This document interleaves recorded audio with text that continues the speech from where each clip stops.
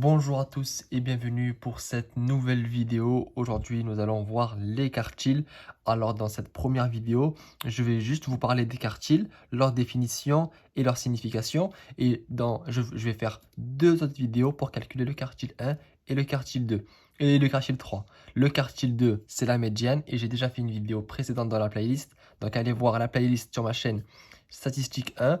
Vous allez voir qu'il y a écrit qu'il y a une vidéo qui s'appelle Comment calculer la médiane et vous pouvez voir la vidéo. C'est exactement la même chose vu que le quartile 2 correspond à la médiane. Juste avant de commencer les explications, je, je vous rappelle qu'il y a en description deux liens, deux bons plans pour vous. Allez voir, ça pourra peut-être vous intéresser.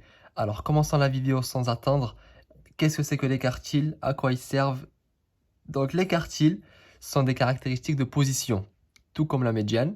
Un intervalle entre deux quartiles est une caractéristique de dispersion. C'est pour cela qu'on aborde les quartiles dans les paramètres de la dispersion. Les quartiles en soi, c'est de la position, parce que ils sont positionnés dans une série à différents endroits, donc c'est de position.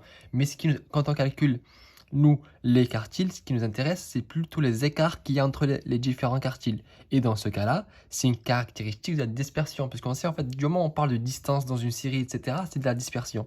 On va voir comment la série est dispersée. Donc, les quartiles, ce sont des valeurs du caractère x qui partagent la série en 4 sous-ensembles égaux. Il y a 3 quartiles différents, le premier quartile, le deuxième quartile et le troisième quartile. Donc, on va voir un par un à quoi ils correspondent. Le premier quartile, il partage la série en deux parties, 25% avant et 75% après. Le deuxième quartile, c'est la médiane. Donc, comme vous le savez, il partage la série en deux parties, 50% avant, 50% après. Donc, c'est au milieu de la série, c'est Q2, c'est la médiane. Q3, il partage la série en deux parties, 75% avant et 25% après. Si vous voulez une petite technique pour vous, si vous n'arrivez pas à mémoriser quelle est la proportion d'avant, après pour le quartile 1, pour le quartile 3 par exemple, parce que le quartile 2, souvent vous y arrivez. Mais le 1 et le 3, vous mettez juste un 4. Et là, en fait, ça veut dire qu'il y a un quart avant et là, trois quarts avant. Là, vous pouvez voir que c'est un quart avant, donc c'est 25%, c'est la même chose. Et trois quarts avant, là, c'est 75%. Voilà, c'est une petite technique. Si vous n'arrivez pas à savoir, le quartile 1, c'est combien de pourcents avant? Puisqu'en connaissant, il y a combien de pourcents avant? Le pourcentage avant, vous pouvez connaître celui après.